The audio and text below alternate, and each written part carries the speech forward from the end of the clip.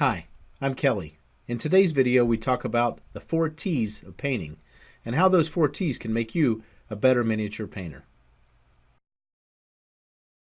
So today we're going to take a little break from some of the technical aspects of painting, and we're going to just talk about some things that might help you become a better painter. I call these the 4 T's of painting, and I will probably put those up here somewhere so that we can keep track as I go through them. But the 4 T's are interesting because when you think about painting, you think about a couple different things. You think about technique, you think about tools, think about time, you think about talent. And we'll get to all of those, so be patient. The first thing we're going to start with is the technique part of it, okay? So technique includes things like layering and dry brushing and wet blending and all these fancy terms, feathering, loaded brush. There's lots of things that we could talk about. And the thing about technique is you want to start to get yourself acquainted with each one of those things. Now, you don't have to go through all of them right away, but you just want to pick out two, and probably the first one I would say for a beginner is to go ahead and jump in with layering first as a painting technique. I believe it's one of the simplest ones to go through, and I also think that it becomes a good base for what you want to do. Pardon the pun there. For what you want to do later on. So I think in most models you use some form of layering because a lot of the other techniques that you talk about start to become just dependent on size of the model that you have and things like that. But in almost all of the models that I've ever painted, I'd have to say that I use a lot of layering. So again, the first T is technique. You want to develop that technique, you want to look at technique, you want to research technique. The next T that we're going to talk about is tools. Now, tools encompasses a lot of things when you're talking about miniature painting. It can be, it can be paint, it can be brushes, your wet palette, airbrush, lighting, all the things that you need physically to take care of your painting needs. Now, when you first start off, you're not going to have a huge collection, and you probably don't even need one. Now, I pretty much collect everything that I ever get into, so I try a lot of different tools, but it's just important in the beginning that you just have a few. Specifically, if we're talking about paint, it doesn't really matter. I'd say it doesn't really matter which brand you go with. It does matter that it's miniature paint, acrylic paint, in the beginning, because you're really going to struggle if you try to go to one of those Walmart brands. I don't know, it's something called some kind of barrel or something. But anyway, whether it's Vallejo, whether it's Games Workshop, whether it's P3 or Scale Color, I don't mean to leave any out. It doesn't really matter. What I would say is that you probably need to go with about 7 different colors in the beginning, and I'll explain what those are real quickly. First thing is you want to have a red, you want to have a yellow, you want to have a green, and you want to have a blue. So if you can see what I'm doing there, basically some primary colors, obviously. And then we're also going to add to that collection right away. We want to have a black, a gray, and a white. Now, the reason we're going to use that black, gray, and white is we need to have varying shades and tints and tones. Okay, so for those of you who don't know, black entered into any hue or any color helps you shade things. So again, if you just have a little bit of that out on a wet palette, and I can go through some of these terms later on in other videos, but if you already know what that is, you know what I'm talking about. And I place a little bit of black on the wet palette. When I put black on the wet palette, that's to help me shade things down. Now, sometimes it doesn't need to go as far down as I want it to go, which is where I'm going to, instead of adding the black to some of those colors, I'm going to add just a pinch, just a little bitty bit of gray. Now, that gray is going to bring it down as well, and it's going to do what we call, it's going to tone that color down. Okay, so shade is black and tone is gray. So, and it doesn't take very much. You'll realize when you start putting paint together and mixing it together, especially on a palette, you'll realize how fast that can go down in the tone or in the shade. Okay, The last one is tint. Now, you think about tinting windows, that's probably not a good way to do it, because when we talk about tinting a color, we're actually talking about putting white paint into whatever color that we're using, okay? So anyway, it's one of those things where you're just going to have to play around a little with it on the board. But, again, that's 7 colors, and that's well within your price range if you're, a serious miniature painter or even a beginning miniature painter. You could start with those colors, and you guessed it, you're going to have to mix a couple of things, and if you've got these huge armies to do, you're probably going to want to branch out if you want to get anything other than those basic colors, and you want to start picking out some colors in between each of those basic colors. But that being said, if you're painting up a small crew, a Malifaux crew, or you're trying to pick out, I don't know, Necromunda or whatever you're going to do, excuse me. You're going to want to mix colors, and you want to make them pretty individual or pretty specific to whichever figure that you're painting. So that allows you to do that, and you don't need a whole lot of that paint because you're not painting 30 or 40 figures. You're just painting 1 or 2 miniatures, and you're trying to get that color. Okay, so just to go a little bit further into the paint, the other thing that I like to do is, even with my Games Workshop stuff, now this basically starts World War III every single time you hear about it, but anytime on YouTube you hear, or wherever, Facebook, wherever, you hear of somebody putting paint in dropper bottles from Games Workshop or whatever, the pots that they have. There's all kinds of people. So I'm just going to tell you right now, it's personal preference. My preference is to put it in there for no other reason than it's easier for me personally to take drops of paint from the dropper bottles that I put that stuff in and mix it with more accuracy. And so when I put things together with more accuracy, I can write down on a piece of paper or put in my phone whatever recipe that I'm using to get a specific color, and that makes it easier to come back later on and do that kind of and make that same color again, make that thing work again for me. So anyway, I would recommend that. Personally, again, there are going to be people that are going to disagree, and they'll say, "Oh no, you should take all the stuff from your paint dropper bottles and put them in pots like Games Workshop." And hey, that's up to you if you want to do it. Again, I'm just telling you how I do it, and it's up to you whether you want to do it that way or not. So anyway. Back to the tools thing, the overall idea is just to have enough. The more specialized you get with your tools, whether it's size of paint brushes or paints or that kind of stuff, you would just want to, make sure that you have a good balance that's going to get you all the way across the ranges of things that you want to do. I go back to the paint for just a second. It is hard, but not impossible for you to mix up some paint shades that turn into skin tones, and you can do that just with those 4 colors and those 3 tints, tones, and shades, so that you can get the same kind of results. Now, eventually after that, you probably want to branch off into a flesh range, whether that's Vallejo or Games Workshop. Again, it doesn't matter which paint you're using. But anyway, you'll move into that. And then getting back to the paint brushes, I have Series 7 Winsor & Newton, and I have some GW, and I have some cheap brushes too. And it just kind of depends on my mood, which one I'm going to use. There are painters that swear by both kinds, so again, that's personal preference. But the size of the paintbrush probably matters, and honestly, it starts with the tip. Even if you're using a size 1 and it's a tinier paintbrush, or a bigger paintbrush, but it's got a tinier head on it, you're just going to be able to get in there and get closer and make sure you can do the really tight detail that you need to do, okay? I would suggest 3 brushes right away. One is a size 2. It's just big enough to hold enough paint in the reservoir to be able to get it onto the model without having to reload the brush a bunch of times. Next one again is a 1, because I think that you want to have something that is just big enough to hold paint, but also can handle a lot of details. That way you're not switching brushes in the middle of a project. The third one I would get is probably a 00, and that's for the really fine things. And if you looked at the size of the tip again, it's really small, and you just don't need that much paint into that in that paintbrush to be able to continue to work on what you're doing. So Anyway, those are the three brushes that I would recommend right away.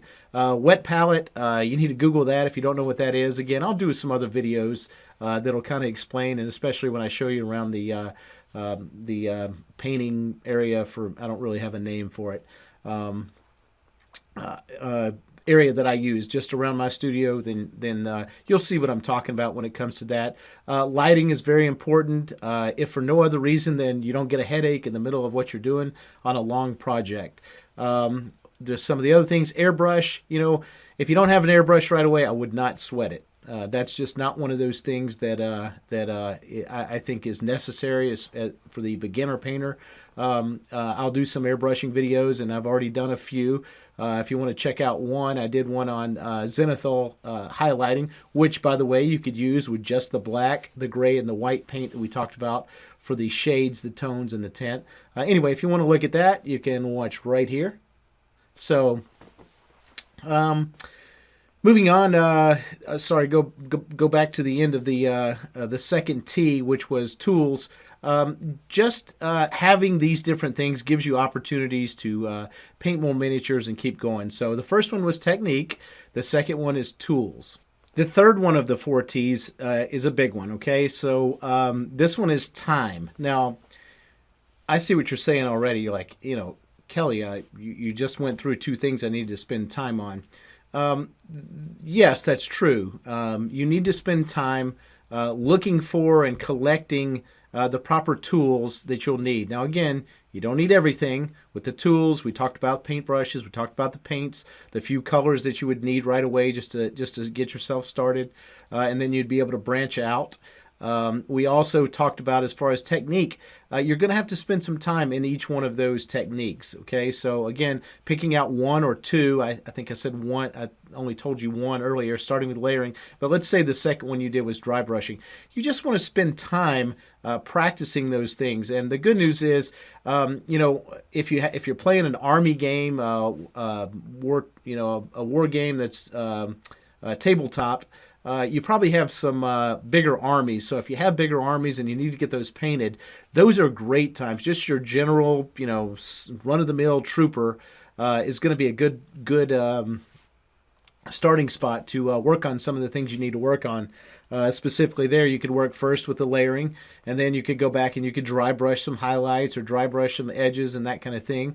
And you're just spending some time, and that just by getting through that army and doing those things, you're going to continue to improve with those technical things. Okay, so time is important in that essence. Okay, now the bigger thing that I wanted to talk about with time, though, is actually being able to set aside time and doing some things that kind of keeps you going when it's time to paint. Okay, because I'll be honest, in most instances where I've been kind of down on painting and I just haven't been motivated to get it done, it's not because I don't like the painting part of it. It's more because I don't want to go downstairs and I don't want to set up all the painting things and get the wet palette ready and get all these paints out and do all that kind of thing. So here are some things that you could do to improve your time and get yourself ready to go so that you can spend the time on the things you want to spend it on.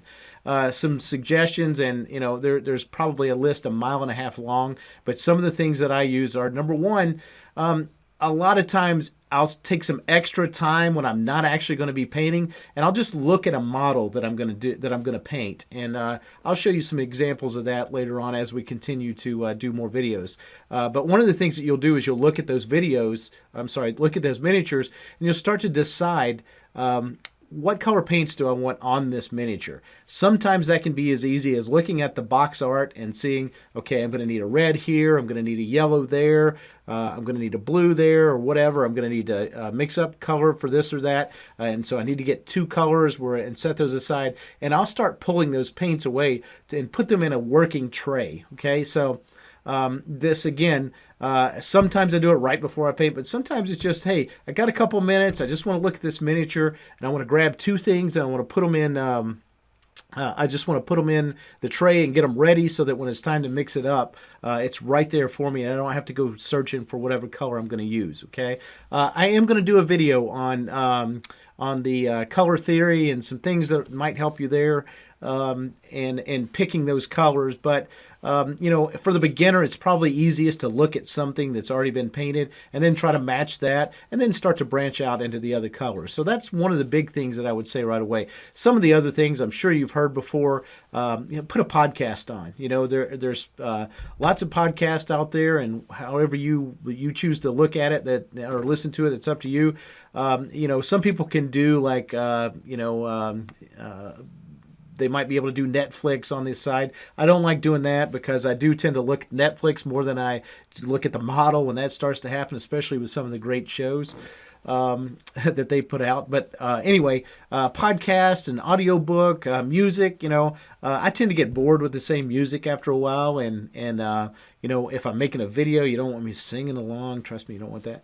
But those are just some things that you can do while you're painting that kind of take your mind off it and allow you to put in that time.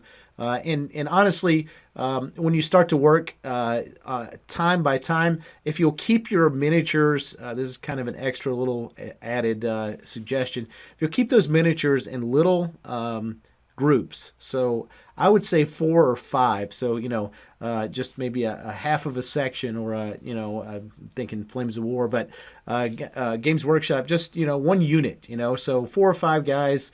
And you put them on a paint stick. I'll get back to that too. That could be another tool you could get. And you just work on those in order there.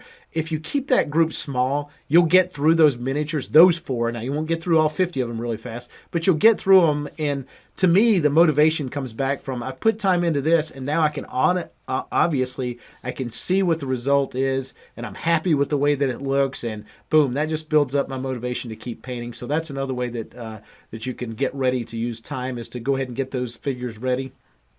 Some other things you might want to do if you have a wet palette, and I suggest that you use one, that you could, theoretically, you could go ahead and mix those paint colors, like I said earlier, onto your wet palette, and you can get those things done. And then put them on the wet palette. I've done that a few times where, my wife is making dinner, and we're getting ready to eat, and I need to spend some time with the kids, obviously. But I'm going to sit down just for a couple of minutes, and I'm going to mix that paint, those colors that I want, and I'm going to spread them out over the wet palette.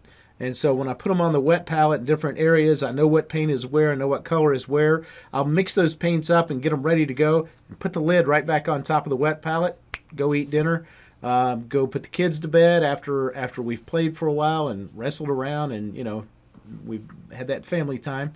When the kids go to bed, I come back down, take the lid off, and bam, I'm ready to go there. Okay, so it just takes some of those administrative things out of the way, so that I'm not, sitting there.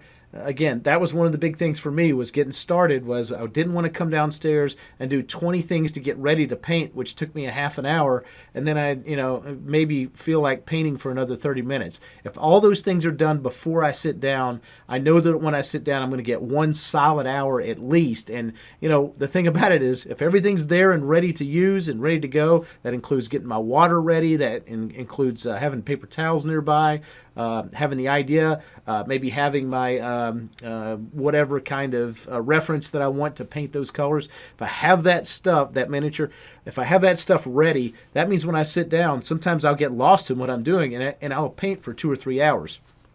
Now, that's not every night, but when I can, that's a big deal. Excuse me.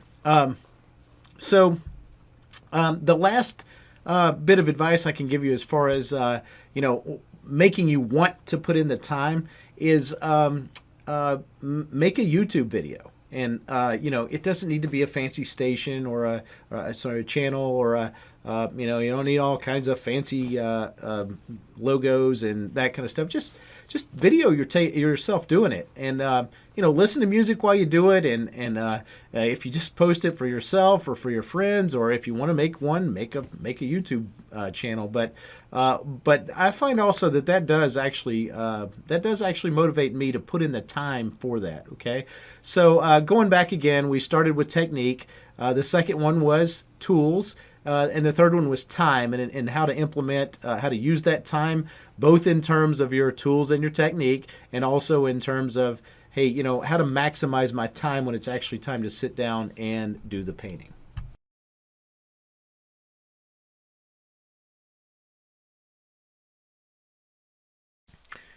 Which brings us to the last one, okay? The last T that I'm going to talk about is talent, okay? So here's the thing about talent.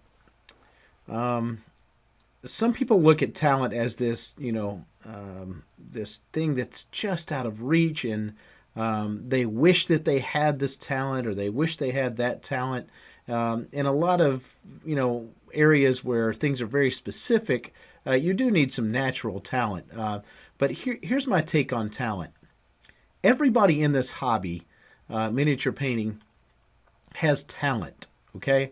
Now, we don't all have the same innate talent for a specific style, but painting technique incorporates a lot of techniques. So, some people are better at wet blending and edge highlighting and things like that. But I would argue honestly that that's just more of an issue of spending time doing those things. Okay, the talent sometimes can be something that's not quite as concrete. Like you see somebody that can just pick out colors really well, or they just realize where that highlight goes without having to do a whole lot of research on it, or they can edge highlight, just all kinds of different things that they realize just offhand. But the truth is now, you can develop those things. You have to look at a lot of things. You have to look closely at a lot of things to see exactly how they're done. But once you learn those things, those become part of what you are as a painter. My take on it is that as a beginner, you don't even know what you can do or where your hobby talent lies at this point. So as you're getting ready to go on this journey, you need to keep an open mind, and you need to try a lot of the things that you come across in the technique area and in the tool area. You need to spend that time. So the real question becomes, how do you develop and discover your talent? So as you can probably already guess, it has to do with the other three. But if you take the time with the tools and the techniques, you will discover and develop your talent. Okay, so I think you'll surprise yourself as you continue to go. The truth is, of the four things there, the truth is you need one to get started, really. And you could say, well, how do I get started with time?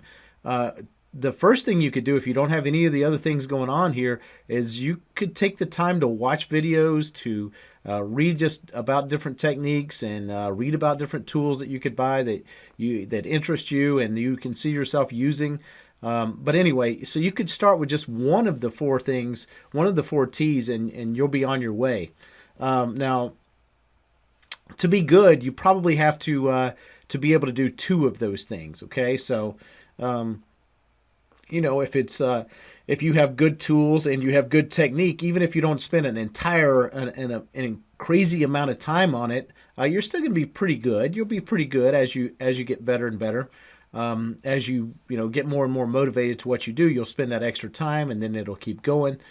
So anyway, one, to get started, two to be good. If you can do three of those four things, you're going to be a great painter. I mean, that's just the truth. You just spend enough time on it, or if you're naturally talented at looking at things and seeing what colors they are, if you have good tools and technique, and you can just use your talent to paint miniatures there, you're going to be a great painter. Okay, and here's the thing: we all want to get to that next level, which is phenomenal. When you can use all four of those things, you've spent enough time developing the techniques, you have all the tools that you need, including airbrush, including different brush sizes, different paints, all the colors that you really want. As you get to that point, your talent will start to really flourish, and you'll become the painter that you want to become. So again, to go back through the four again, the first one was technique, the second one was tools, the third one was time, and the last one was talent. Okay, so all of these can be used overall, and if you just, if you made notes what you were going to work on, that would help you develop and kind of get a sense of what you're good at and what you need to keep working on. Those are all four things. Those four T's will help you become a better painter. So I hope that made sense for you. We'll get more into specifics of painting next week again. If you have any other ideas that you would like to share with the community, go ahead and put those in the comments below. Like I said, I appreciate you watching, and if you could like this video or subscribe or share it, those would be all really nice things for you to do. Well, we'll see you in a week. Thanks.